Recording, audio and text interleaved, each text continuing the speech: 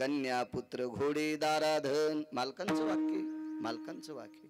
एक जण म्हणला मी लग्न केलं नाही, मी संन्याशी, मला पैशाची गरज नाही, तरी तुला सुटला नाहीस त्याच्यातून. भस्मदंड छाया तरुवराची, नाही त्या सुटली द्रव्य लोभ माया, नाही त्या सुटली द्रव्य लोभ माया. भस्मदंड छाया तरुवराचे, कशात न कशात पण विटेवरच्या मालकांनी गुतीलं. इथं मात्र तुकोबाराय छेद करतात. न लगे मुक्ती आणि संपदा, मोक्ष नको, संपत्ती नको, काय पाहिजे? संत संग दे सदा, मला संतांचं सानिध्य देऊन टाका. तुका म्हणे गर्भवासी, सुखे घालावे आम्हाशी. ह्या गोष्टी करण्यासाठी मानवी शरीर अत्यंत महत्वाचं आहे. आणि मानवी शरीराला ज्या वेळेला मला तुम्ही जन्म घालता त्यावेळेला मी गर्भवासाचे नाना प्रकारचे दुःखाचे चटके भोगण्यासाठी तयार आहे. पण वरी मागितलं ते मला देऊन टाका, हा साधा सोपा सरळ अभंगाचा अर्थ. झालं कीर्तन. विठाला विठा.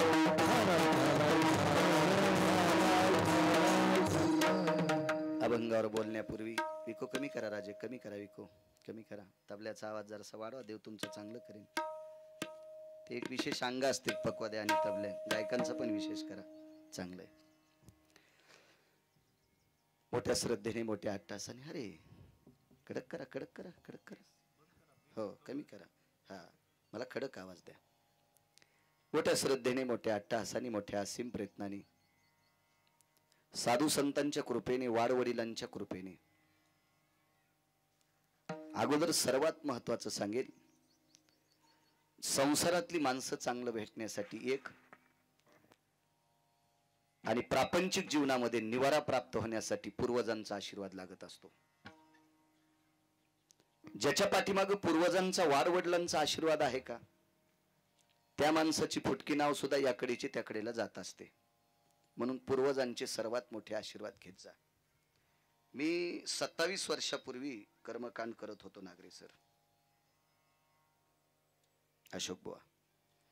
तर कर्मकांड करत असताना, वास्तुपूजा करीत असताना, विष्टकलत्रय भयजनम सर्व पूर्वजा भयो शांतिरमिद्यो सर्वानां पुनित भय सर्वशास्त्रा सन्मता यद्भासो क्रियाता पुनितम इष्टचकलजितां पितृलोकस्य भवो, असा त्याच्यात मंत्र असायचा. म्हणजे पूर्वजांच्या आशीर्वादाशिवाय आपल्या वास्तूच्या पूर्ण स्थितीचा कलश पूर्ण होत नसतो. म्हणून ज्या या वाघमारे कुटुंबियातल्या व्यक्तींनी अन्न वस्त्र निवारा आपल्याकडे मूलभूत 3 गरजा सांगितल्या, त्याच्यापैकी काय असेल, कळणा कोंडा आंबाड्याची कशाची भाकरी असेल, पण ती एका निवाऱ्याला खावा. या नाना प्रकारच्या निसर्गाच्या आपत्तीतून आपण व्यवस्थित बसावा, सुखरूप बसावा, याच्याकरता एक निवारा अत्यंत गरजेचा आहे. आणि तो निवारा या वाघमारे कुटुंबियांना त्यांच्या पूर्वजांच्या कृपेने, साधू संतांच्या कृपेने, देवादेवतेंच्या कृपेने, ग्रामदेवतेंच्या कृपेने त्यांना गोड अशा प्रकारची वास्तू झाली. त्या वास्तूला शिवतीर्थ असं नाव ठेवलं. गोड नावही सुंदर सुचवलं, शिवतीर्थ. बऱ्याच वेळेस कधी कधी काय होतं, मला कधी कधी एखाद्या वेळेस जर मुसलमानाचं चोंबाळलं तर तुम्ही म्हणताल तुला त्यांच्यात जा वाटतं काय, असं इचकितीन लोक. कारण हल्ली भडव्यांना इचकायचा नाद लागला. इचकिणाऱ्या भडव्यांची संख्या शक्यतो जास्त वाढायला लागली. मला याच्याकरता सांगायचंय, गारीगारी विकणारा, माझ्या लहानपणी 4 ठणून आईसकांड्या गारीगारी विकणारा सायकलवर एक मुस्लिमाचा बांधव येत होता. त्याच्या सायकलच्या मागच्या टपरावर लिहिलेलं होतं मा की दुआ, मा की दुआ. म्हणजे गारीगारी विकून काय पैसे भेटत असतील. माझ्या लहानपणी 10 पैशाला, 20 पैशाला, शेवटच्या टप्प्यात 20 पैशाला गारीगारीची आईसकांडी झाली. त्याला नफा किती उरत असेल कल्पना करा. पण तेवढ्या अट्टाहासानी 14 किलोमीटरवर सायकलचं ते पॅन्डल मारीत मारीत येणाऱ्या 28 किलोमीटरचा प्रवास करणाऱ्या व्यक्तीनं पाठीमागे लिहायचंय मा की दुआ.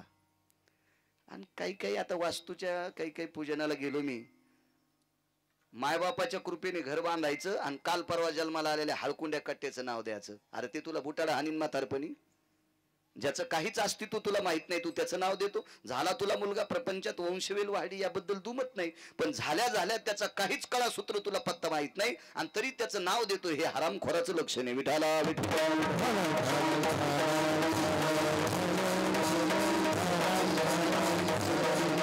नाव उरलेलं शिवतीर्थ निवास. आनंद वाटला. आदरणीय श्री गोविंद मुरलीधरराव वाघमारे, लय मोठे नाव आहेत अशोकराव. हो वा, ते यजमान, त्यांची इच्छा होती कीर्तन असावं गिरगावकरांचं. काय भावना असेल देव जाणे. त्या तारखेच्या संदर्भात आदरणीय अशोक महाराज पात्रुडकर, आदरणीय श्री विठ्ठल महाराज गायके सतत संपर्क करत होते. आनंदाचा योगी तुमच्या वास्तूच्या निमित्ताने मला एका पूजनीय व्यक्तीचं दर्शन झालं. वारकरी संप्रदायात ज्या व्यक्तीने अविरत काम केलं, अशा महान महात्म्यांच्या समाधीचं दर्शन झालं. त्याचं कारण सांगतो. हल्लीचा मृदंगाचार्य असेल, हल्लीचे काय तबलजे असतील, गायनाचार्य असतील, आमच्यासारखे कालचे कीर्तनकार असतील, आमच्यावर सर्वात मोठे उपकार असते त्या जुन्या लोकांचे. राजे हो, आता काळ गोड आलाय. आता एका वास्तुशांतीसाठी एवढा मंडप लावलाय. 20 वर्षापूर्वी अखंड हरिनाम सप्ताहाला बी एवढा मंडप नव्हता. कारण परिस्थितीत नाजूक होत्या अशोक भाऊ, अत्यंत नाजूक होत्या परिस्थित्या. मी तर म्हणतो पूर्वीच्या काळात सप्त्याला काल्याच्या पंक्तीला जितका खर्च येत होता का, तितक्या काही हरामखोरानं धुरड्याच्या दिवशी रानात खर्च केलाय. कर झालाय जरसा जोर झालाय पैशाचा, त्याबद्दल दुमत नाही. मला सांगायचं याच्याकरता, या जुन्या लोकांनी ज्या वेळेला कीर्तन केली त्यावेळेला पायी पायी केली. काय असेल पंक्तीला कण्या आंबाड्या भाकरी काय खाल्ल्या असतील त्यांनी काही जास्त चवणी केली नाही. नव्हते सुद्धा त्या काळात, ती परिस्थिती सुद्धा नव्हती. आणि त्या परिस्थितीत यांनी कार्यक्रम टिकवले, सप्ताह टिकवले. म्हणून अशा लोकांचा आशीर्वाद आमच्या सारख्या कालच्या कार्ट्यांना असावा. म्हणून त्या सत्पुरुषांचं दर्शन झालं. माझं मत भाग्य विठाला विठाला.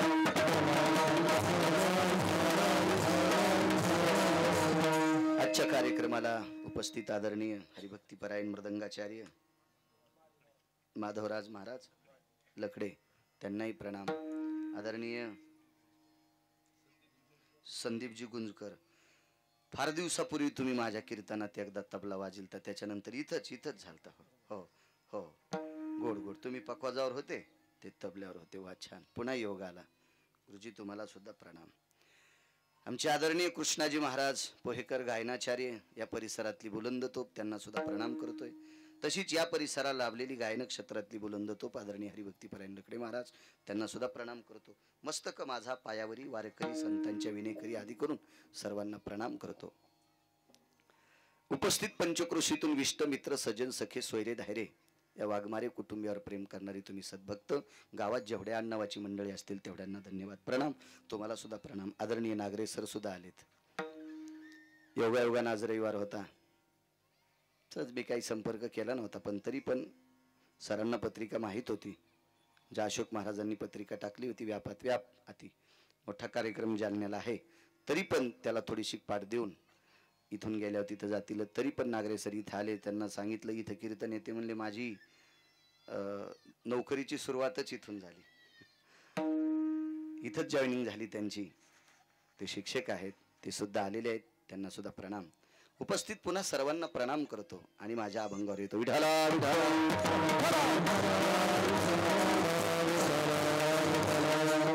हे चिदान देगा देवा, तुझा विसर न व्हावा. तुकोबाराय देवाला म्हणतात, देवा मला तुझा विसर झाला नाही पाहिजे.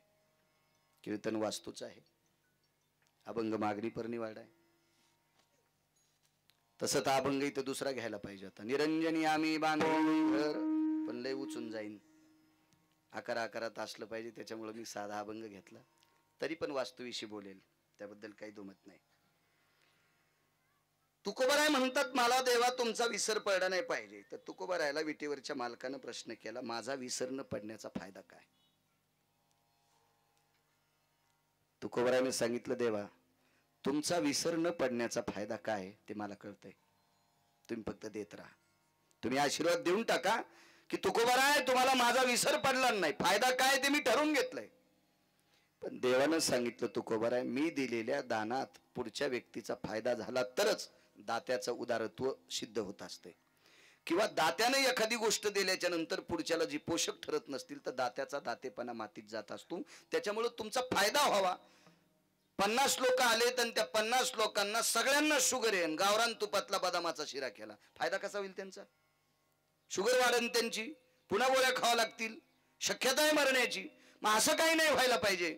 तुकोबारायने सेवा सांगितलं, देवा सत्सत विवेक बुद्धीनं विचार करून तू घातलेल्या मानवी देहामध्ये मला टाकलेलं सुंदरसं मेमरी कार्ड, बुद्धिजीवी असं गोड माझी बुद्धी आहे, त्या बुद्धीच्या विवेक स्थितीनं मी विचार केलाय आणि मला फक्त तुझा विसर न पडावा हे माझ्या लक्षात आलं आणि त्याचा काय फायदा आहे माझ्या ध्यानात फक्त तुम्ही देऊन टाका. मिठीवरच्या मालकानं सांगितलं काय हरकत नाही देऊन टाकतो, पण तरी पण मला कळू द्या माझा विसर न पडल्यामुळं फायदा कोणाचा झाला. बोलतो वास्तूवर सुरुवातीला पांडव सात्विक सदाचारी पुण्यशील पांडव होते. तशी पांडव भजन करणारी होती. पाहती पांडव अखंड वनवासी परी त्या देवासी आठवले.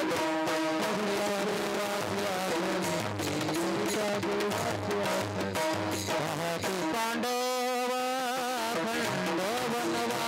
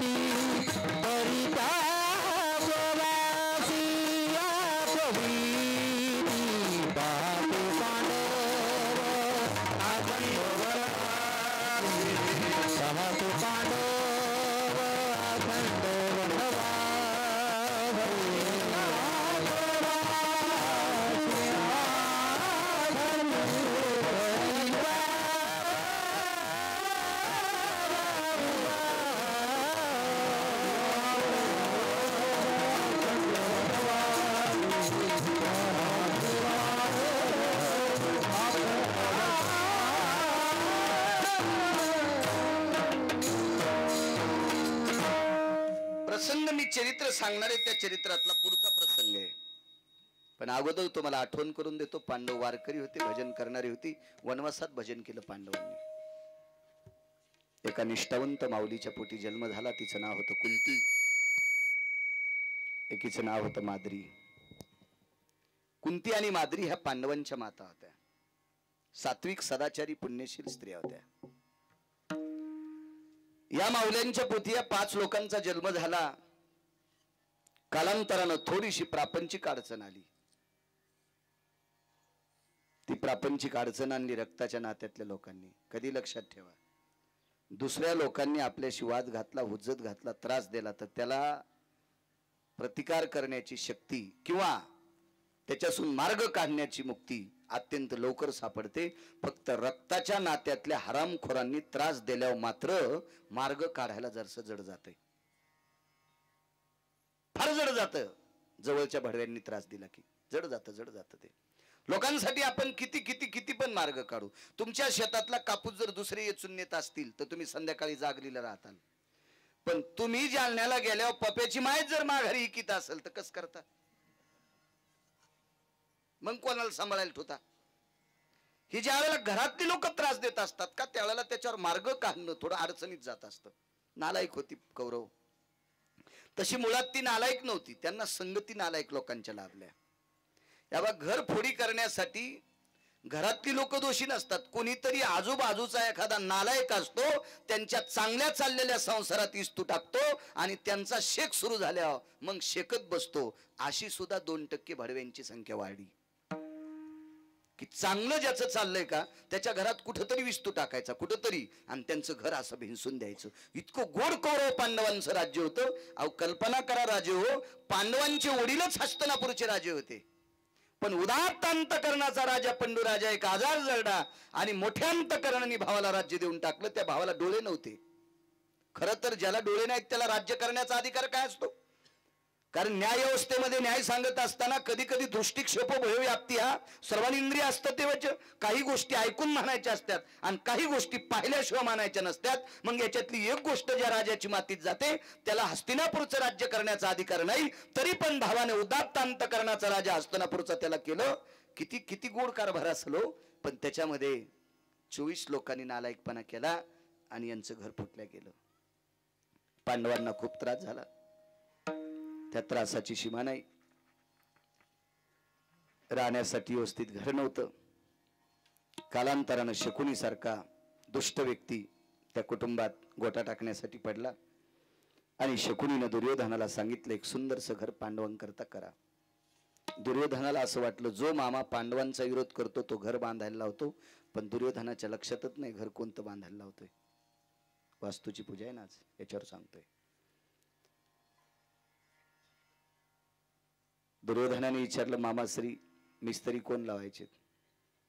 मिस्त्री मी लावणार. आणि शकुनी नावाच्या पापी व्यक्तीनं मिस्त्री सुचवला. त्या मिस्त्रीचं नाव होतं पुरोचन. कधी कधी वाची जा मोबाईलवर. भविष्यात या इंटरनेट जगात जगायचं असेल तर महाभारताचे पुरावे पाठ करणं अत्यंत गरजेचं आहे. पावला पावलाला रावणाची संख्या वाढली म्हणून निमूटपणे मार्ग काढायचा असेल तर महाभारतातले मुद्दे लक्षात ठेवत जा. क्षणाक्षणाला शत्रू येत.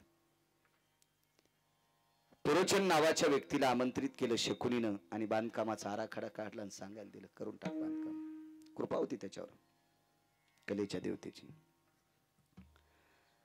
कशा प्रतीचं बांधकाम करायचं?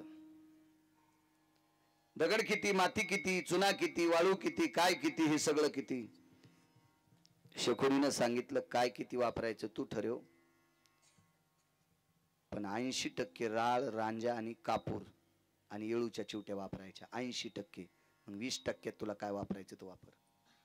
80% राळ, रांजा, कापूर आणि येळूच्या चिवट्या. राळ आणि रांजा इरीचे बारं कोरायचे. माझ्या लहानपणी ही ब्लास्टिंग नव्हती ना, तेव्हा हातबारा असायचे. पहारीनं माणसं बार कोरायचे, छिद्र करायचे आणि त्याच्यामध्ये ते राळ रांजा सगळं टाकून एका विशिष्ट प्रकारच्या झाडाचे कोळसे त्याची राख करायची आणि ते मग ते गुट्टे बारा असायचे.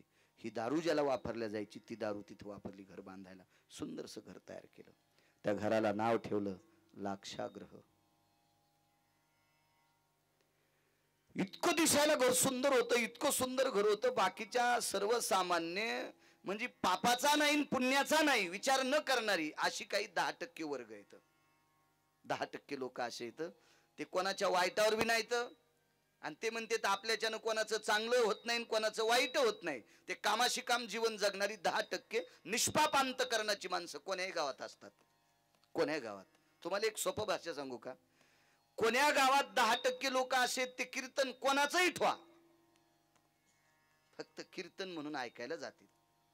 काय नसतं त्यांना. ते काय सांगितलं, काय विषय, काय किती. बिचारी प्रांजळ मनाची माणसं असतात ती. तशी 10% लोक असा विचार करतात घर चांगलं बांधलं, बरं बांधलं, छान बांधलं. त्याच्यात काही टक्के गौसला असंकर. आपल्या देखता त्याची परिस्थिती 10-5 वर्षापूर्वी जरा गळालेली होती. एकदा एका कामाला चल म्हणलं त्याजवळ टिकटाल पैसे नव्हते. इतके पैसे खर्चिलेच कस काय असतील. अशा काही काही घरचे चमचे घेऊन पळ्यान कडी वाढणारी नालायकीत. कस काय झाला असेल, कस काय झाला असेल. नाही नाही त्याला गौसलच. तू जेसीब घेऊन उकर ना तू तालुका, तुला गौस होती का पाय चिलीम फिलीम. विनाकारण प्रांजळपणानं समोरच्या व्यक्तीला स्वीकारत नाहीत अशी सुद्धा 10% नालायक आहेत. काही लोकांनी विचार केला काय सुंदर घरे. काही लोक म्हणत होते दुर्योधन आता त्याची राजवट या घरात चालवतोय. काय माहिती प्रांजळ लोकांना ते घर काय. पण सर्व लोकांच्या कानावर वार्ता गेली हे घर पांडवांसाठी बांधलं. सर्वसामान्य विचाराची माणसं विचार करत होती इतकं चांगलं घर पांडवांसाठी बांधलं. बघा दुर्योधनाला आपण उगाच वाईट म्हणतो. दुर्योधनाची त्याच्या भावावर किती कृपा आहे, त्याच्या काकीवर किती कृपा आहे. आपल्या चुलत भावासाठी इतकं सुंदरसं घर बांधलंय. आणि दुर्योधन एके दिवशी पांडवांच्या घरी गेला.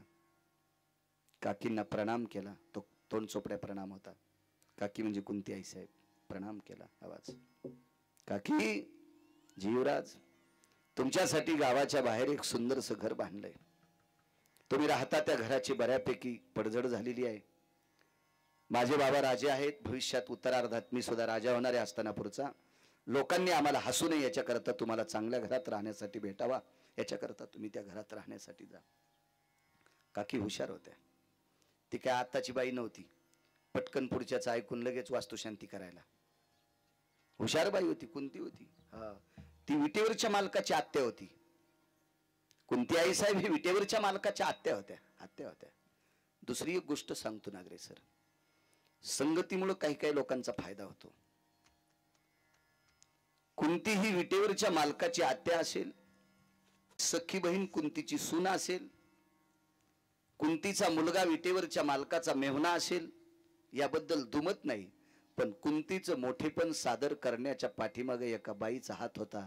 तिचं नाव होतं धात्री नावाची स्त्री. धात्री धात्री जगात एक नंबरची गायनिक होती. तिच्यासारखी प्रसूती कोणालाच, बाळांत पण कोणालाच करत आलं. पृथ्वीवर जितके देश आहेत एकाही देशासाठी धात्री सारखी होती. तिची कृपा गांधारी कुंतीवर होती. त्याच्याकरता कुंतीचं जीवन उजळलं गेलं.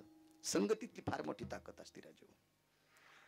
अहो गांधारी सारखी फार मर्यादाशील स्त्री, हिच्यावर कृपा केली कांतीप्रिया नावाच्या दासीने. पांचाळ नरेशाची कन्या द्रौपदी, जिच्या भावाने 48,324 दाशा भांडे घासायला बहिणीला द्यावा अशोक बुवा, पण तिच्यावर कृपा केली सुप्रभा नावाच्या दासीने, मैत्रिणीनं. संगतीची ताकद फार मोठी असते. कुंती आई साहेबाला धात्री नावाच्या स्त्रीची संगती होती. धात्रीने विचारलं, राजकुमार कशा करता आलते? गावाच्या बाहेरचं घर तुम्हाला राहण्यासाठी देत आहेत. हुशार धात्री होती. आईसाहेब एक बोलू? काय ग? सुईच्या आणीवर बसेल इतकी माती न देणारा राजकुमार, सुच्छाग्र वयस्थित मृत्यू भैजे आता हा.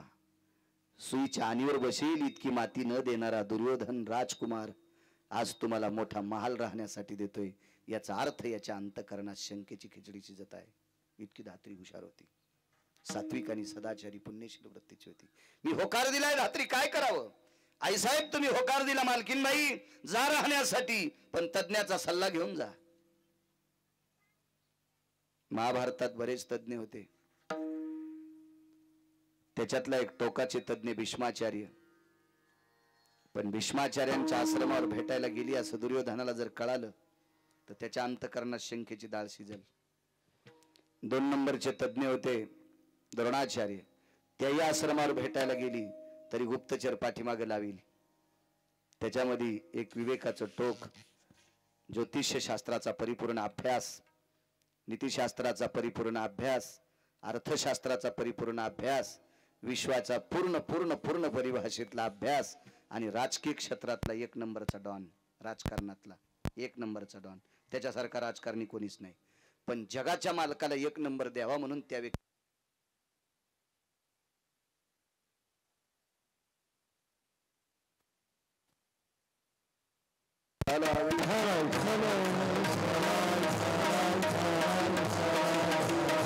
त्या राजकारणातला नीतिशास्त्राच्या मूल्याची भयव्याप्ता जोपासणारा राजा विदुर काका, काकांचा सल्ला घ्या.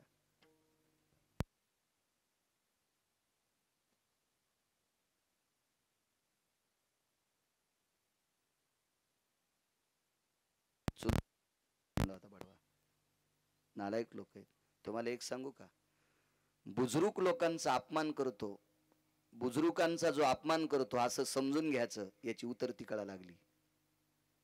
याची उतरती कळा लागली. राजू ज्येष्ठांचा जो सन्मान करतो का असं समजायचं, याची चढती कळा लागली. मागच्या लोकांचा कधीच अपमान करायचा नाही. ह्या हल्लीच्या टिकल्या लावणाऱ्या सुनांना वाटते सासू पटकन मारावा, सासरा पटकन मारावा, किल्ल्या माया हातात यावा, भिताळा अंगावर पडून तू या. इतकी दबशीन तर जेसीबीला उपसिता यायची नाही. कारण त्याने कमवलेली प्रॉपर्टी हातात घ्यावी वाटते. त्यांनी किती कष्टानं कमवली, त्या संपत्ती म्हणजे त्यांच्या रक्ताचा थेंब न थेंब त्याच्यात वाढत आहे. कष्टाचा रोमाचा एक एक परिभाग त्याच्यात वाढत आहे. आणि आपण अनिमुटपणे हातात घ्यायचं आणि त्यांना किंमत नाही द्यायची. ते जाताना आशीर्वाद देत नसतात, ते आशीर्वाद देत नसतात जाताना. आणि जे पूर्वज आशीर्वाद देत नसतात ते संपत्ती ठेवतात, पण आशीर्वाद नाही ठेवला की संपत्तीचा ऱ्हास होत असतो. एक एक हात धरत जा बसलेल्या लोकांनी तसा हात धरायचा. त्याला पायपापाशी बसा एक एक मान. ए जीजी धर त्याला दर्शक, काय होत नाही. विठाला विठाला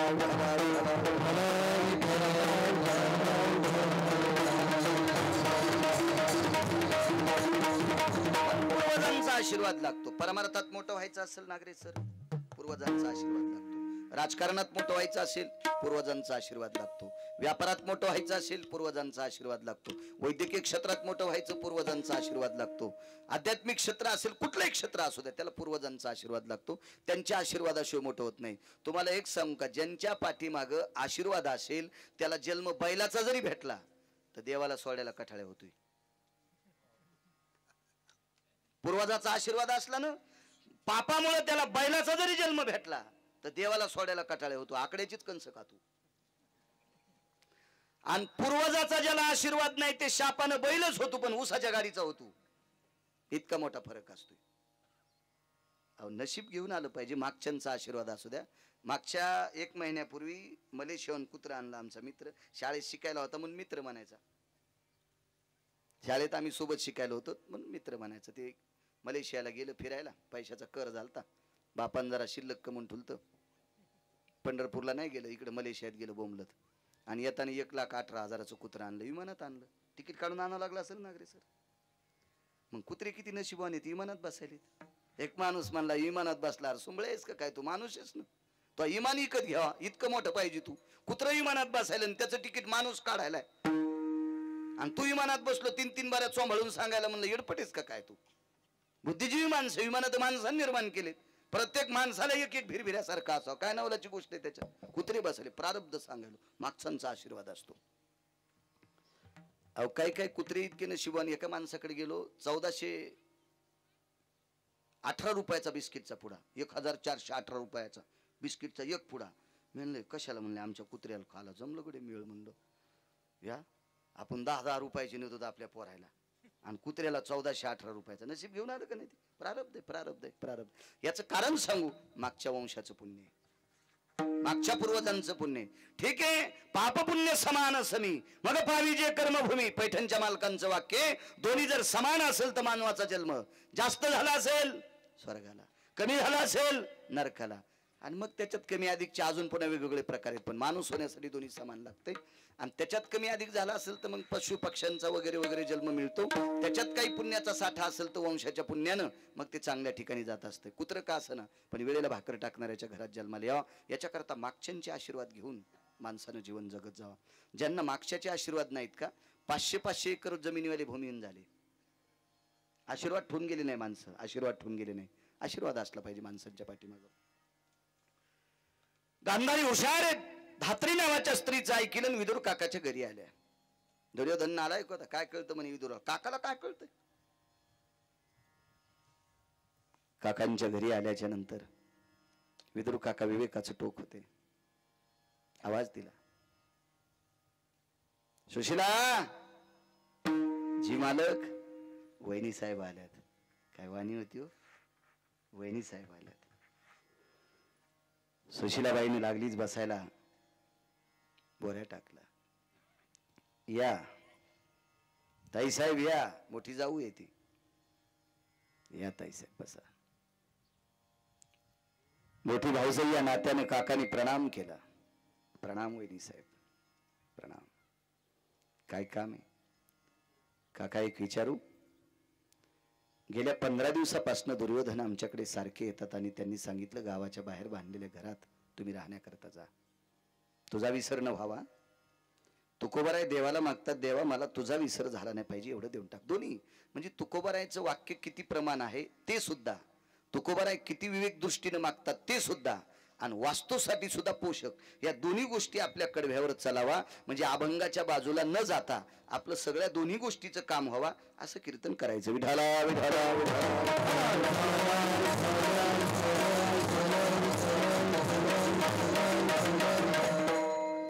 त्या घरात राहण्यासाठी मी होकार दिलाय. काय करावं, काकांनी सांगितलं होकार दिला, वहिनी साहेब तुम्ही राहण्यासाठी जा, पण ज्या दिवशी राहण्यासाठी जाताल त्या दिवशी 2 मिनिटाचा वेळ काढून तुम्ही माझ्याकडे या.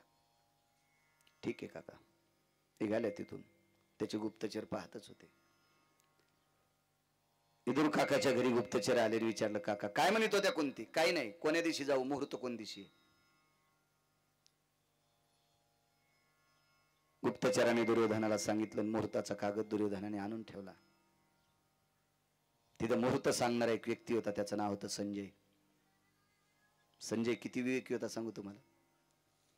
घरी बसल्या बसल्या अंध माणसाला टीव्ही दाखवत होता. अंध माणसाला टीव्ही म्हणजे कुरुक्षेत्रावर युद्धात किती मेलेत त्याला घरी बसल्या बसल्या कळत होते, आणि नुसते कळत नसून आंधळ्याला सांगत होता. इतका विवेकी व्यक्ती होता तो. व्यास कृपा दीपकु संजय झाला. व्यासांची कृपा होती संजयावर. एवढा मोठा अधिकारी संजय. आणि त्या संजयानी मुहूर्ताचा कागद हातात दिला, जा कोणी अमक्या अमक्या दिवशी राहण्यासाठी जा. दुर्योधनाने तारका खोडल्या. त्याला माहित होतं संजय हा विवेक दृष्टीनं गोड आहे आणि चांगल्या मुहूर्तावर राहायला गेल्याच्या नंतर पांडवांना जाळण्यासाठी घर बांधलंय, ते पांडव जळणार नाहीत यानं तारका खोडल्या आणि चुकीच्या तारखा टाकल्या. त्याच्यात एक तारीख अशी चुकीची म्हणून टाकली, पण कर्मनो गहनो गती, पांडवायचं प्रारब्ध गोड होतं. फलित मुहूर्ताचा काल होता, योगा आगातुक मुहूर्ताचा काल होता, परिभाषित स्थित होता, अपरन्न कालाचा दोष मी मध्यकृतीत आलता आणि अशा परमपावन मुहूर्तावर पांडव त्या दिवशी राहायला गेले. चुकून ती तारीख संजयाच्या हातानं काढण्यात आली नव्हती आणि 30 तारीख या दुर्योधनानं मूर्त दुष्ट आहे म्हणून टाकलं, पण ते मूर्त पुढच्यासाठी पोषक ठरलं. वरच्याची कृपा असल्यावर काही ताण नसते. लेकरू असं काय कुठं टाकावं म्हणून एका बाईनं कॅरी बॅग मध्ये लेकरू टाकलं आणि रेल्वेत फेकून दिलं, पण त्याचं आयुष्य गोड होतं. चांगल्या माणसाला गवसलं ते जिथंच होतं, जिथंच. ते पोरग आज नायब तहसीलदार आहे. माईनं फेकून दिलेलं पोरग, कॅरी बॅग मध्ये फेकून दिलेलं पोरग रस्त्यानं वाटसरू चाललेल्या शेतकऱ्याला सापडलं. ते शेती लेकरू लगेच हॉस्पिटल मध्ये नेलं, त्याचे संगोपन गोड झालं, ते मोठं झालं, आज नायब तहसीलदार आहे. मारायसाठी कोण फेकलं होतं? माईनं. वाचिलं कोणी? पंढरपुरातल्या मालकानं. प्रारब्ध बळ असलं की चिंतात नाही. अहो मुहूर्त चुकीचे काढले, पण त्यांच्यासाठी गोड मुहूर्त निघला आणि गेले. त्या दिवशी राहण्यासाठी चाललेत.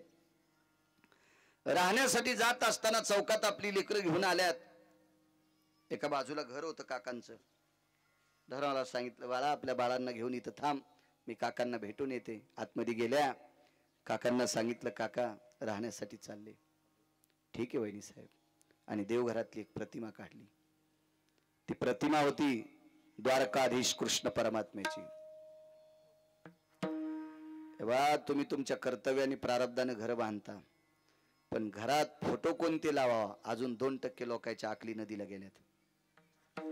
कुठले फोटो असावं घरात याच्या सुद्धा बऱ्याच लोकांना आकली नाहीत.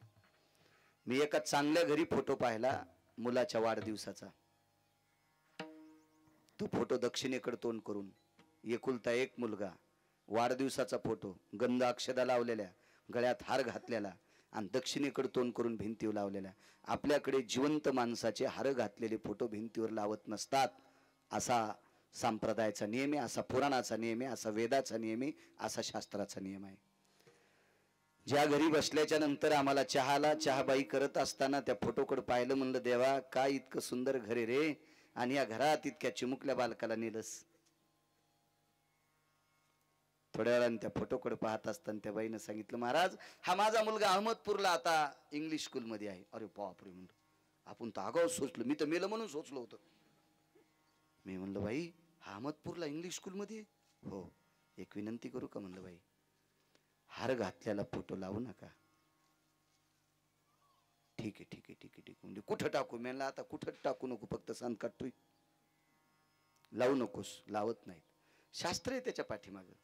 पूर्वजांचे फोटो लावायचे असतील, आजोबा पंजोबाचे, त्याची दक्षिणेकडे दिशा असली पाहिजे.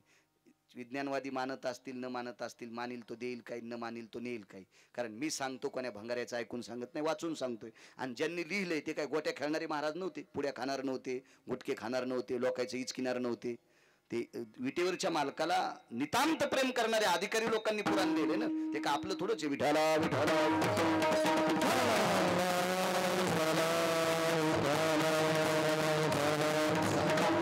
लोकांचं वाचून सांगतो. उद्या मला कॉलर धरून विचारू शकतो नागरे सर कशात लिहिलेले. विवेक संपन्न व्यक्ती बरं का. भांगाऱ्या भुंगाऱ्याने विचारले होतं उत्तर देण्यासाठी माझ्याकडे फार उत्तर आहेत, पण विवेक संपन्न व्यक्तीला आपण त्याचं उत्तर गोड देऊ शकतो. ते विचारू शकतात. या बा 1000 लोकांनी चांगलं म्हणण्यापेक्षा जाणकार माणसं एकानंच चांगलं म्हणावं, त्याचं नाव कीर्तन असतं. विठाला लोक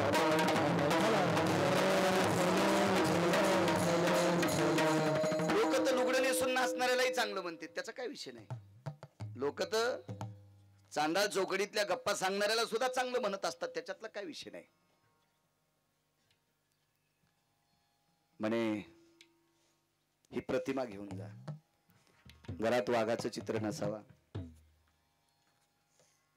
देवी जरी वाघावर बसलेली असेल, पण देवी ज्या वाघावर बसलेली त्या वाघाचं तोंड मिटलेलं असावा, असंच चित्र घरात लावलं पाहिजे.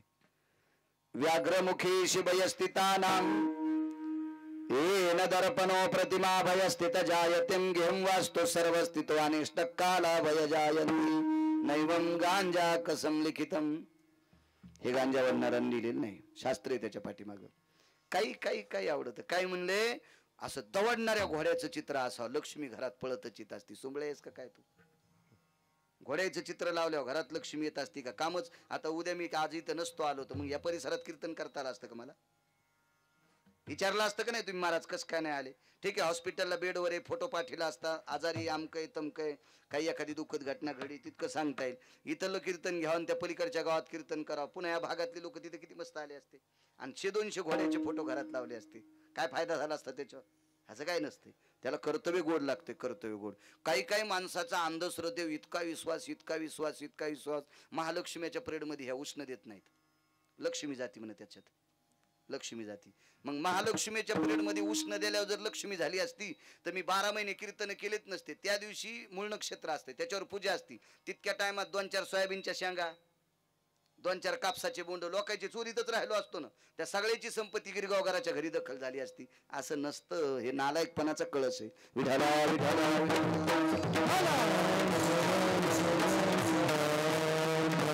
काही गोष्टी होत नसतात. वागावं लागतं, वागावं लागतं. तुम्हाला सांगू का, वास्तुशांती केल्यावर सुद्धा एक नियम असते गोविंदराव.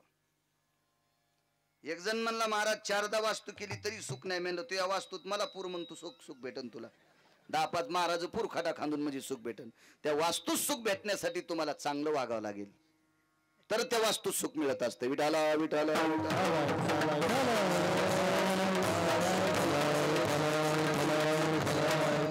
योग असा आला, ती प्रतिमा घेऊन जा. पदराखाली प्रतिमा झाकली. काकानी सासरू नैनानं खाली मान घातली. डोळ्यातून पाण्याचे थेंब टपकत होते. आदराने आपल्या वहिनीला प्रणाम केला आणि सांगितलं, वहिनी साहेब तुम्हाला दिलेल्या प्रतिमेचा आदर करा. या प्रतिमेचा विसर पडू देऊ नका. तुमच्यावर माती शिपडायची ताकद कोणाची नाही, पण या प्रतिमेचा जर विसर पडला तर तुमची 5 वासरं वाचतील याच्यात मला सुद्धा शंका आहे. अंतःकरणात धसका घेतला आणि विदुर काका घरी निघून गेले. सांगितलेल्या शब्दात खुणगाठ बांधली. आईसाहेब घरी गेल्या. लाक्षागृहात प्रवेश केल्याबरोबर वरच्या हॉलमध्ये कोनाडा होता. त्या कोनाड्यात एक कप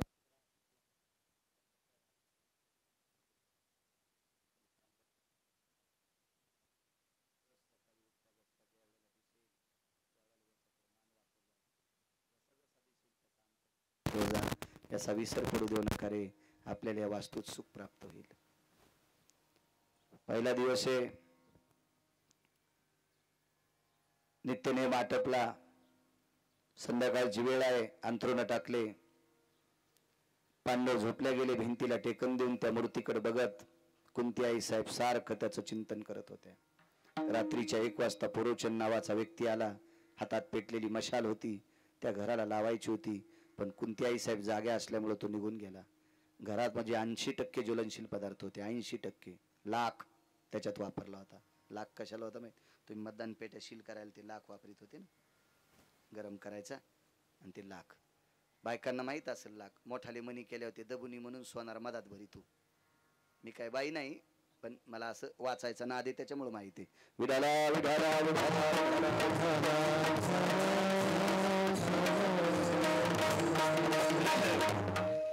हे सगळी ज्वलनशील पदार्थ टाकून तयार केलेलं घर होतं.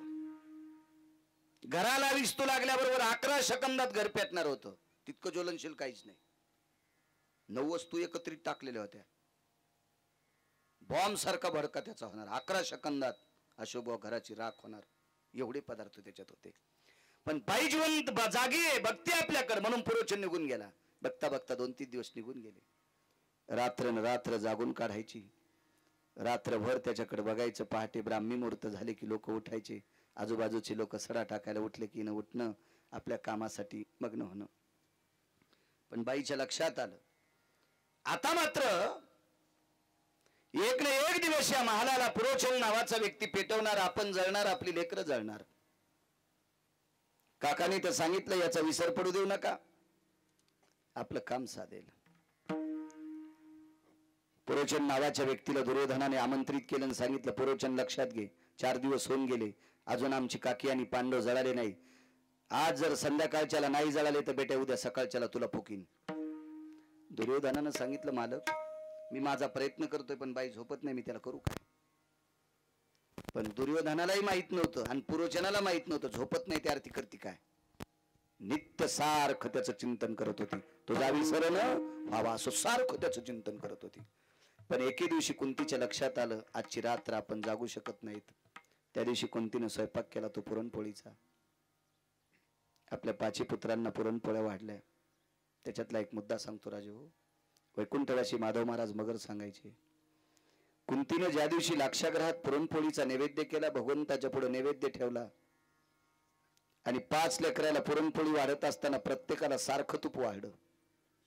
धर्माला वाढलं, अर्जुनाला वाढलं, नकुलाला वाढलं, सहदेवाला वाढलं, भीमाला वाढलं. पण फरक सांगतो, भीम, अर्जुन आणि धर्म यांना तुपाच्या वाट्या भरून ठेवल्या आणि बंध्या पोळ्या बाजूला ठेवल्या गरम गरम. पण नकुलाला आणि सहदेवाला स्वतःच्या हातान चुरून पोळ्या वाढल्या, कारण ही मादरीची लेकरं होती, त्यांना चुरून वाढल्या. नकुलाने कुंती मातेनं पोळ्या चुरत असताना डोळ्यानं रडावा, आईला शंका येईल याच्याकरता नकुलाचा आणि सहदेवाचं अंतकरण रडत होतं. आपल्या आईच्या पश्चात आपल्यावर अतूट प्रेम करणारी माय आपल्याला सापडली, ती कुंती आहे.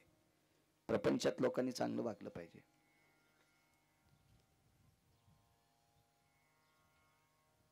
तुम्हाला सांगतो, ज्याच्या मागं पुढं कोणी नाही, त्या लोकांनी चुकीचं वागलं तरी त्याचा परिणाम जगावर होत नसतो किंवा कोणावर होत नसतो, तो एकटा असतो. पण संसारातला एक माणूस जर चुकीचा वागला तर सोयऱ्या धायऱ्यापर्यंत त्याचा शेक जात असतो. म्हणून प्रापंचिक जीवनातल्या माणसानं चुकीचं वागता कामा नये. तो कोणाचा तरी भाचा असतो, कोणाचा तरी मेहना असतोय, कोणाचा तरी काका असतोय, कोणाचा तरी भाचे जावाई असतो, कोणाचा मामे जावा, काय काय नाना प्रकारचे त्याचं नातं असते. तिथपर्यंत त्याच्या झळा पोहोचत असतात. म्हणून संसारातल्या माणसानं गोड वागावं. उदाहरणार्थ मी संन्याशी, आता मी चुकीचं वागलो तर काय मागणं पुढून फुफुटा उड, लोक बेदखल करतील, चल चल सरक बाजूला. पण मी चुकीचं वागल्याच्या नंतर कुठेतरी एक रक्ताचं नातं शिल्लक असतं, त्या नात्याला तडा जात असतो. अरे आपला लय विश्वास होता बाळ्यावर, पण बाळ्यानं तडा दिला, झालं त्यांचं अंतकरण तुटलं. म्हणून प्रपंचातल्या लोकांनी चुका करता कामा नये. त्याचा फार मोठा स्फोट होत असतो आणि त्या स्फोटामध्ये नाना प्रकारचं नुकसान होत असतं. म्हणून संसारातल्या लोकांनी अत्यंत गोड वागलं पाहिजे. उन्हाळे पावसाळे हिवाळे येत राहत असतात, कमी अधिकपणा येत असतो. निसर्गाचा जसा समतोल बिघडत असतो तसं माणसाच्या जीवनाचा सुद्धा समतोल खालीवरी होत असतो. सुख दुःख नाना प्रकारच्या गोष्टी पाठीमागे असतात आणि त्याला तोंड देऊन पुढे चालत असतो. त्याचंच नाव प्रपंचातला राजा म्हणत असतात. अहो, विश्वाचा मालक संसारात पडला, त्याला तरी संसारात कुठं सुख होतं? विश्व ज्याच्या ताब्यात आहे त्याला जगाचा बाप म्हणतात. अहो, 6 महिने 26 दिवस त्याची पत्नी राक्षसांच्या तावडीत राहती, त्याला काय सुख होतं का अशोक संसारात? त्यालाही संसारात सुख नव्हतं. महान शक्ती प्रभू जरी झाला संसाराचा दास, त्यालाही दुःख होतं संसारात. विटेवरच्या मालकाचं आपण चिंतन करतो, त्या मालकाला 16,108 पत्नी, एका पत्नीचा राग, एका पत्नीला मालकाचा राग आला आणि वैकुंठ सोडून पंढरपुरात खाली आल्या. त्याला तरी संसारात 9 वेळेस लक्ष्मीने दुःख दिले. तर तुम्हा आम्हाला संसारात अविरत 100% सुख भेटेल याची अपेक्षा का करता? कारण संसार हा दुःखाचंच मुळे. फलकट तो संसार,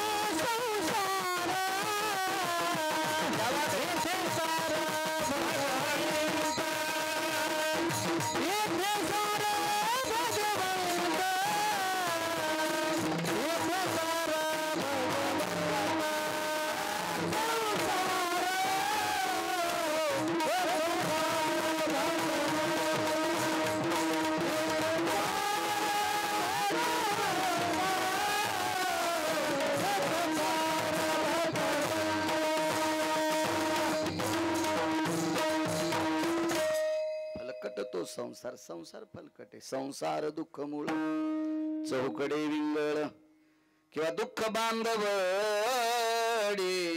आहे हा संसार. आणि याच्यात सुखाची कल्पना करायची नाही, चालत राहते. संसार एक अशी गोष्ट आहे, संसाराने सुखाचं शर्ट घातलंय, दुःखानं सुखाचं शर्ट घातलंय. दुःखाने सुखाचं शर्ट घातलंय. आपल्याला वाटतंय सुखी आले, पण जवळ शर्ट काढा की आतून दुःखाचाच गोळा आहे. चलत राहतं. याच्यातून सुख प्राप्त करायचं म्हणजे समाधान मानित राहायचं, ती गोष्ट आहे. पण प्रपंचातल्या लोकांनी चुका करायच्या नाही, त्याचा स्फोट मोठा होतो. असो, अंतकरण लढत होता आपल्याला. किती सात्विक आणि सदाचारी पुण्यशील माय भेटली. लक्षात करा, द्वापार युगाला होऊन वर्ष किती झाले असतील. त्या कालाच्या वर्षाची गणना करा. आजही कुंतीचं नाव इथे घेतलं जातंय. त्याचं एकमेव कारण आहे, अशोक महाराज फक्त चांगलं वागणारी बाई अग्रेसर म्हणून तिचं नाव घेतलं जातंय. कधी कधी कधी कधी बघा, नाव चांगलं घेतलं जातं चांगल्या माणसांचं. हीच त्यांच्या पाठीमागची श्रीमंती. पैशाची बनलं तर आपले पोरं आपल्या सरनाव टाकणारच नाहीत. आज्याच्या मागं कोणी टाकले नाही, तिथून पुढचे कसे टाकतील. फक्त माणसाची जी उरत असते ती माणसाच्या चांगल्या वागण्याची कीर्ती, आणि ती गोड असली पाहिजे. जेवण आटपली, आग्रह करून जेव घातलं. जेवण झाल्याच्या नंतर धर्माने सहज विचारला, आई आज सण नाही, वार नाही, आज कशा करता पुरणपोळी केली. उत्तर काय द्यावं म्हणून चुकीचं उत्तर दिलं. धर्मा, आपल्या कोनाड्यात ठेवलेल्या विटेवरच्या मालकाची भगवान द्वारकाधीश कृष्ण परमात्म्याला आज पुरणपोळीचा नैवेद्य केला. याच्याकरता तुम्हाला पुरणपोळी. पाची लेकरं बाजूला गेल्याच्या नंतर त्या मूर्तीच्या पुढे डोकं ठेवलं आणि देवाला सांगितलं, देवा माफ कर रे. लेकरायला उत्तर काय देऊ, याच्याकरता तुझं नाव घेतलं, माफ कर. पुरणपोळ्या तुझ्यासाठी केल्या नाही, केलत्या कशासाठी. आज संध्याकाळी झोप लागल्याच्या नंतर पुरोचन महाल पेटून देणार आणि या महालामध्ये आपली लेकरं जळणार, आपण जळणार. उद्या भविष्यात आपल्याला ही लेकरं कधी पाहायला भेटतील. म्हणून जाता जाता या पवित्र हाताने मुलांना गोडधोड खाऊ घालून मरावा, अशी अपेक्षा बाईच्या अंतकरणात होती. आपण वाचू शकत नाहीत. ती रात्र घातक होती. बघा, देवाचा विसर नाही पडला की त्या वास्तूत सुख प्राप्त होत असते. 80% घर ज्वलनशील आहे, 80%. पेट्रोलचा हौद बाजूला आहे आणि त्या हौदाच्या काठावर चूल पेटिलेली. कसं शक्य स्वयंपाक करणं. लाक्षाग्रहात राहणं म्हणजे पेट्रोलच्या हौदाच्या बाजूला स्वयंपाक केला इतकं घातक आहे, इतकं सोपं. प्रत्यक्ष यमाच्या दारात राहिल्यासारखं आहे. हो, एका जाळीत वाघ बसला, बोरीची जाळी होती, आणि त्याच बोरीच्या जाळीचा पाला खाला शेळी गेली, आणि त्या बोरीच्या जाळीत कोण बसलेले, वाघ. सामान्य गोष्ट आहे ती. कशी वाचून येईल शेळी. ती ती ती अधिकार शक्ती तितक्या मोठ्या संकटात आपल्या 5 लेकरांना घेऊन कोणती त्या घरात राहत होती. बघा, त्याचा विसर न पडण्याची ताकद. रात्रीचा 1 वाजलेला आहे. 12:30 वाजता एकदा पुरोचन गेला. 1 वाजता कुंतीच्या लक्षात आला, आता आपले डोळे झाकतात. गेल्या 5-7 दिवसापासून डोळे उघडे ठेवून ठेवून ठेवून ठेवून ठेवून मुठीसारखी डोळी सुजली होती. लालबुंद डोळे झालेली होती. पापनं तर्र झालेली होती. डोळ्याला जे काही पुरवठा करणाऱ्या रक्ताच्या शिरा लालबुंद पडलेल्या होत्या. रात्रीच्या 1 वाजता आपल्या लेकरांची चेहरे उघडी केली आणि त्या कोणाड्यात देवळीत ठेवलेल्या प्रतिमेच्या जवळ गेली. देवाला सांगितलं, देवा मला नेलंच तरी हरकत नाही रे, पण या 5 लेकराला वाचव रे. हे भजन करणारी पोर आहेत तुझी, वाचव रे यांना, वाचव.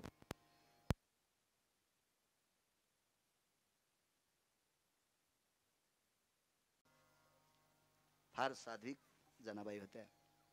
जनाबाईचा अधिकार लिहिण्यासाठी किंवा मोजण्यासाठी ब्रह्मदेवाकडे तराजू नाही, एवढी मोठी अधिकारी. घरातलं सुख सांगतो, तिसरं सुख. योग असा आला, जनाबाई उठल्या तर आकाशावरचं झोपडं नाही. पायाला हात लावला, आईसाहेब आईसाहेब आईसाहेब म्हणजे गोनाबाई उठल्या. दुसरा हात लावला, मालकीनबाई म्हणजे नामदेवरायच्या पत्नी. जनाबाई स्वतःला दासी समजित होत्या. दासी नामयाची. हात लावला, उठा. काय जना, झोपडं जळालं. येडीस का काय ग जना तू, झोपडं जळालं म्हणतील, मग आपण कसे वाचलो. ते म्हणली, बाई मला नाही सांगता येणार, पण झोपडं जळालं बघा ना वरी, पाहिलं तर वरी काहीच नाही. महाराज सगळा अग्नी अशोक बुवा झोपड्याच्या बाजूला पडला. एकाच्या अंगावर एक इस्त्याचा कण सुद्धा पडला नाही, एक कोलंगता पडला नाही. खालून सुदर्शन लावलं होतं, सुदर्शन लावलं होतं, सुदर्शन लावलं होतं. आता हे चरित्र तुकोबरायला का माहित? जगद्गुरु तुका अवतार नामयाचा, हेच नामदेवराय पुढे तुकोबराय झाले. आणि तुकोबराय देवाला विचारतात, देवा नामदेवरायाच्या घरामध्ये 14 माणसं झोपलेली असताना झोपडं पेटलं, झोपडं जळाल्या वीस तू कुठे पडत असतो? मधातच पडणार ना. पण या झोपड्याचा इस्तू बाहेर पडला, माणसाच्या अंगावर नाही पडला. तुकोबराय देवाला विचारतात. तर विटेवरच्या मालकाने तुकोबरायाच्या गळ्याला मिठी मारली. तुकोबराय, मागच्या अवतारातले तुम्हीच नामदेवराय होतात.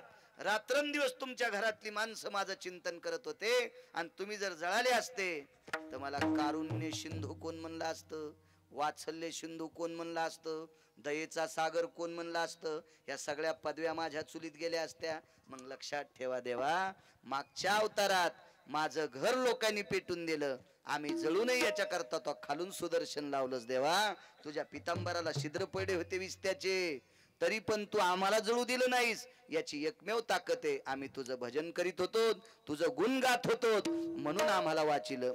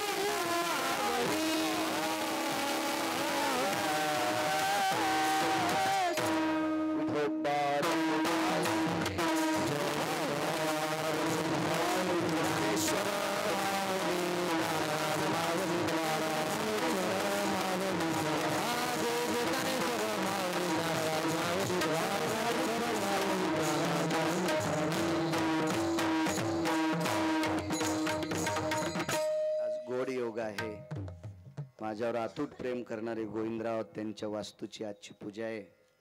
आणि माझ्या शरीरावर ज्यांनी शोमान्य विश्वभूषणी स्वाधिकार विश्वप्रिय चिन्मयी स्वरूप असणारी अधिकार संपन्न साधू श्रीमंत श्री जगद्गुरु तुकोबराय यांचा मागणीपर प्रसंगातील प्राप्त प्रसंगी निवडलेला अभंग विठाला प्राप्त प्रसंगी निवडलेला अभंग माझ्या श्रीमंत श्री जगद्गुरु तुकोबरायांचा आहे. या अभंगाद्वारे तुकोबराय विश्वाच्या मालकासमोर एक मागणी मागतात. हे चिदान देगा देवा तुझा विसर न भावा, हे जगदानंद कंद जगतपते भगवान पांडुरंग परे, माझी एक मागणी आहे देवा, मला एक देऊन टाका. असावा हे मला देऊन टाका. भगवान म्हणतात काय हरकत नाही, घ्या. पुन्हा काय पाहिजे? गुणगायेन आवडी हेची माझी सर्व जोडी. माझ्या जीवनातली एक जोड आहे, ते तुम्ही माझ्या अंतकरणात राहावा आणि या पवित्र मुखाने मी रात्रंदिवस तुमचं चिंतन करावा, ही माझ्या जीवनातली जोड आहे. न लगे मुक्ती आणि संपदा, तिसऱ्या कडव्यात छेद केला. न लगे मुक्ती आणि संपदा, संत संग दे सदा. पैसा आवडत नाही असा जगात माणूसच नाही. ज्याला भेटत नाही ते पैशाच्या विरोधात गप्पा करतय, पण पैसा आवडत नाही असा माणूसच नाही. असं गिरगाव करतो म्हणतोय म्हणून ऐकायचं नाही. ऐसा कोणी दावा जया नावडे, कन्या पुत्र घोडे दाराधन. मालकांचं वाक्य, मालकांचं वाक्य. एक जण म्हणला मी लग्न केलं नाही, मी संन्याशी, मला पैशाची गरज नाही, तरी तुला सुटला नाहीस त्याच्यातून. भस्मदंड छाया तरुवराची, नाही त्या सुटली द्रव्य लोभ माया, नाही त्या सुटली द्रव्य लोभ माया, भस्मदंड छाया तरुवराचे. कशात न कशात पण विटेवरच्या मालकांनी गुतीलं. इथं मात्र तुकोबाराय छेद करतात. न लगे मुक्ती आणि संपदा, मोक्ष नको, संपत्ती नको, काय पाहिजे? संत संग दे सदा, मला संतांचं सानिध्य देऊन टाका. तुका म्हणे गर्भवासी सुखे घालावे आम्हाशी. ह्या गोष्टी करण्यासाठी मानवी शरीर अत्यंत महत्वाचं आहे. आणि मानवी शरीराला ज्या वेळेला मला तुम्ही जन्म घालता त्यावेळेला मी गर्भवासाचे नाना प्रकारचे दुःखाचे चटके भोगण्यासाठी तयार आहे. पण वरी मागितलं ते मला देऊन टाका, हा साधा सोपा सरळ अभंगाचा अर्थ. झालं कीर्तन. विठाला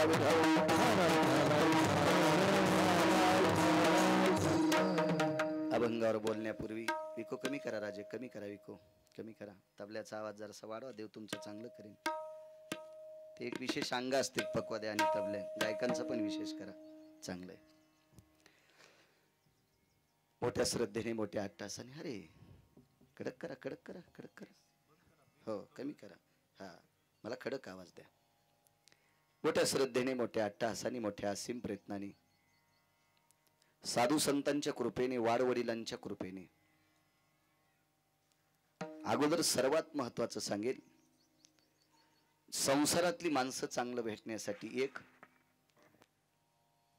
आणि प्रापंचिक जीवनामध्ये निवारा प्राप्त होण्यासाठी पूर्वजांचा आशीर्वाद लागत असतो. ज्याच्या पाठीमागे पूर्वजांचा वाडवडिलांचा आशीर्वाद आहे का, त्या माणसाची फुटकी नाव सुद्धा याकडेची त्याकडेला जात असते. म्हणून पूर्वजांचे सर्वात मोठे आशीर्वाद घेत जा. मी 27 वर्षापूर्वी कर्मकांड करत होतो नागरे सर, अशोक बुवा. तर कर्मकांड करत असताना, वास्तुपूजा करीत असताना, विष्टकलत्रय भयजनम सर्व पूर्वजा भयो शांतिरमिद्यो सर्वानां पुनित भय सर्वशास्त्रा सन्मता यद्भासो क्रियाता पुनितम इष्टचकलजितां पितृलोकस्य भवो, असा त्याच्यात मंत्र असायचा. म्हणजे पूर्वजांच्या आशीर्वादाशिवाय आपल्या वास्तूच्या पूर्ण स्थितीचा कलश पूर्ण होत नसतो. म्हणून ज्या या वाघमारे कुटुंबियातल्या व्यक्तींनी अन्न वस्त्र निवारा आपल्याकडे मूलभूत 3 गरजा सांगितल्या, त्याच्यापैकी काय असेल कळणा कोंडा आंबाड्याची कशाची भाकरी असेल, पण ती एका निवाऱ्याला खावा. या नाना प्रकारच्या निसर्गाच्या आपत्तीतून आपण व्यवस्थित बसावा, सुखरूप बसावा, याच्याकरता एक निवारा अत्यंत गरजेचा आहे. आणि तो निवारा या वाघमारे कुटुंबियांना त्यांच्या पूर्वजांच्या कृपेने, साधू संतांच्या कृपेने, देवादेवतेंच्या कृपेने, ग्रामदेवतेंच्या कृपेने त्यांना गोड अशा प्रकारची वास्तू झाली. त्या वास्तूला शिवतीर्थ असं नाव ठेवलं. गोड नावही सुंदर सुचवलं, शिवतीर्थ. बऱ्याच वेळेस कधी कधी काय होतं, मला कधी कधी एखाद्या वेळेस जर मुसलमानाचं चोंबाळलं तर तुम्ही म्हणताल तुला त्यांच्यात जा वाटतं काय, असं इचकितीन लोक. कारण हल्ली भडव्यांना इचकायचा नाद लागला. इचकिणाऱ्या भडव्यांची संख्या शक्यतो जास्त वाढायला लागली. मला याच्याकरता सांगायचंय, गारीगारी विकणारा माझ्या लहानपणी 4 ठणून आईसकांड्या गारीगारी विकणारा सायकलवर एक मुस्लिमाचा बांधव येत होता. त्याच्या सायकलच्या मागच्या टपरावर लिहिलेलं होतं मा की दुआ, मा की दुआ. म्हणजे गारीगारी विकून काय पैसे भेटत असतील. माझ्या लहानपणी 10 पैशाला 20 पैशाला, शेवटच्या टप्प्यात 20 पैशाला गारीगारीची आईसकांडी झाली. त्याला नफा किती उरत असेल कल्पना करा. पण तेवढ्या अट्टाहासानी 14 किलोमीटरवर सायकलचं ते पॅन्डल मारीत मारीत येणाऱ्या 28 किलोमीटरचा प्रवास करणाऱ्या व्यक्तीनं पाठीमागे लिहायचंय मा की दुआ. आणि काही काही आता वास्तूच्या काही काही पूजनाला गेलो मी, मायबापाच्या कृपेने घर बांधायचं आणि काल परवा जन्माला आलेल्या हळकुंड्या कट्ट्याचं नाव द्यायचं. अरे ते तुला बुटाडा हानीन म्हातारपणी, ज्याचं काहीच अस्तित्व तुला माहित नाही, तू त्याचं नाव देतो. झाला तुला मुलगा, प्रपंचात वंशवेल वाढी याबद्दल दुमत नाही, पण झाल्या झाल्या त्याचा काहीच कळासूत्र तुला पत्ता माहित नाही आणि तरी त्याचं नाव देतो. हे हरामखोराचं लक्षण आहे. विठाला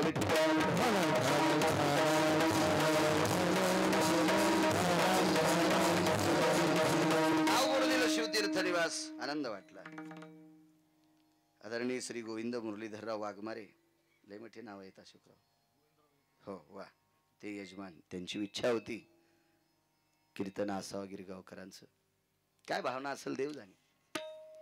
त्या तारखेच्या संदर्भात आदरणीय अशोक महाराज पात्रुडकर, आदरणीय श्री विठ्ठल महाराज गायके सतत संपर्क करत होते. आनंदाचा योगी तुमच्या वास्तूच्या निमित्ताने मला एका पूजनीय व्यक्तीचं दर्शन झालं. वारकरी संप्रदायात ज्या व्यक्तीने अविरत काम केलं अशा महान महात्म्यांच्या समाधीचं दर्शन झालं. त्याचं कारण सांगतो. हल्लीचा मृदंगाचार्य असेल, हल्लीचे काय तबलजे असतील, गायनाचार्य असतील, आमच्यासारखे कालचे कीर्तनकार असतील, आमच्यावर सर्वात मोठे उपकार असते त्या जुन्या लोकांचे. राजे हो, आता काळ गोड आलाय. आता एका वास्तू शांतीसाठी एवढा मंडप लावलाय. 20 वर्षापूर्वी अखंड हरिनाम सप्ताहाला बी एवढा मंडप नव्हता.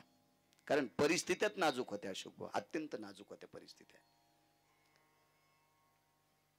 मी तर म्हणतो पूर्वीच्या काळात सप्त्याला काल्याच्या पंक्तीला जितका खर्च येत होता का, तितक्या काही हरामखोरानं धुरड्याच्या दिवशी रानात खर्च केलाय. कर झालाय जरसा जोर झालाय पैशाचा, त्याबद्दल दुमत नाही. मला सांगायचं याच्याकरता, या जुन्या लोकांनी ज्या वेळेला कीर्तन केली त्यावेळेला पायी पायी केली. काय असेल पंक्तीला कण्या आंबाड्या भाकरी काय खाल्ल्या असतील त्यांनी काही जास्त चवणी केली नाही. नव्हते सुद्धा त्या काळात, ती परिस्थिती सुद्धा नव्हती. आणि त्या परिस्थितीत यांनी कार्यक्रम टिकवले, सप्ताह टिकवले. म्हणून अशा लोकांचा आशीर्वाद आमच्या सारख्या कालच्या कार्ट्यांना असावा. म्हणून त्या सत्पुरुषांचं दर्शन झालं. माझं मत भाग्य विठाला विठाला.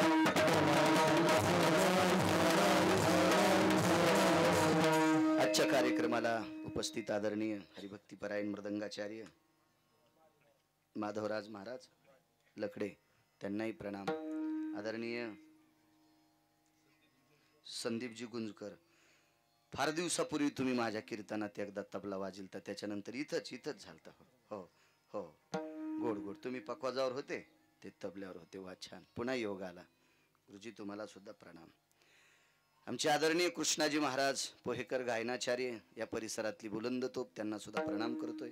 तशीच या परिसराला लाभलेली गायन क्षेत्रातली बुलंद तोप आदरणीय हरिभक्तीपरायण लकडे महाराज, त्यांना सुद्धा प्रणाम करतो. मस्तक माझा पायावरी, वारकरी संतांच्या विनेकरी आदी करून सर्वांना प्रणाम करतो.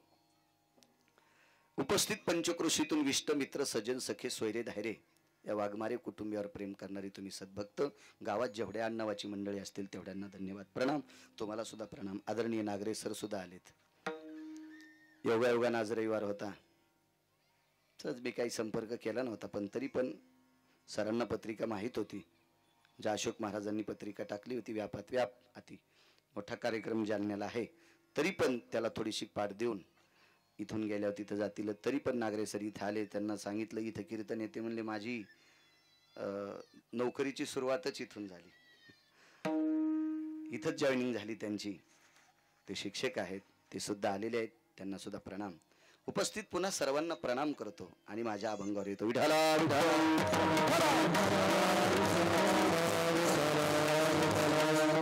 हे चिदान देगा देवा, तुझा विसर न व्हावा. तुकोबाराय देवाला म्हणतात, देवा मला तुझा विसर झाला नाही पाहिजे. कीर्तन वास्तूच आहे, अभंग मागणी परनिवाड आहे. तसं तर अभंग इथं दुसरा घ्यायला पाहिजे होता. निरंजनी आम्ही बांधे घर, पण लय उचून जाईन. आकारात असलं पाहिजे, त्याच्यामुळे मी साधा अभंग घेतला. तरी पण वास्तूविषयी बोलेल, त्याबद्दल काही दुमत नाही. तुकोबाराय म्हणतात, मला देवा तुमचा विसर पडला नाही पाहिजे. तर तुकोबारायला विटेवरच्या मालकानं प्रश्न केला, माझा विसर न पडण्याचा फायदा काय? तुकोबारायने सांगितलं, देवा तुमचा विसर न पडण्याचा फायदा काय ते मला कळतंय. तुम्ही फक्त देत राहा. तुम्ही आशीर्वाद देऊन टाका की तुकोबाराय तुम्हाला माझा विसर पडला नाही, फायदा काय ते मी ठरवून घेतलंय. पण देवानं सांगितलं, तुकोबाराय मी दिलेल्या दानात पुढच्या व्यक्तीचा फायदा झाला तरच दात्याचं उदारत्व सिद्ध होत असते. किंवा दात्याने एखादी गोष्ट दिल्याच्या नंतर पुढच्याला जी पोषक ठरत नसतील तर दात्याचा दातेपणा मातीत जात असतो. त्याच्यामुळे तुमचा फायदा व्हावा. 50 लोक आलेत आणि त्या 50 लोकांना सगळ्यांना शुगर येईन, गावरान तुपातला बदामाचा शिरा केला, फायदा कसा होईल त्यांचा? शुगर वाढेल त्यांची, पुन्हा गोळ्या खावा लागतील, शक्यता आहे मरण्याची. मग असं काही नाही व्हायला पाहिजे. तुकोबारायने सेवा सांगितलं, देवा सत्सत विवेक बुद्धीनं विचार करून तू घातलेल्या मानवी देहामध्ये मला टाकलेलं सुंदरसं मेमरी कार्ड, बुद्धिजीवी असं गोड माझी बुद्धी आहे. त्या बुद्धीच्या विवेक स्थितीनं मी विचार केलाय आणि मला फक्त तुझा विसर न पडावा हे माझ्या लक्षात आलं. आणि त्याचा काय फायदा आहे माझ्या ध्यानात फक्त तुम्ही देऊन टाका. विटेवरच्या मालकानं सांगितलं, काय हरकत नाही, देऊन टाकतो. पण तरी पण मला कळू द्या, माझा विसर न पडल्यामुळं फायदा कोणाचा झाला. बोलतो वास्तूवर सुरुवातीला. पांडव सात्विक सदाचारी पुण्यशील पांडव होते. तशी पांडव भजन करणारी होती. पाहती पांडव अखंड वनवासी, परी त्या देवासी आठवले.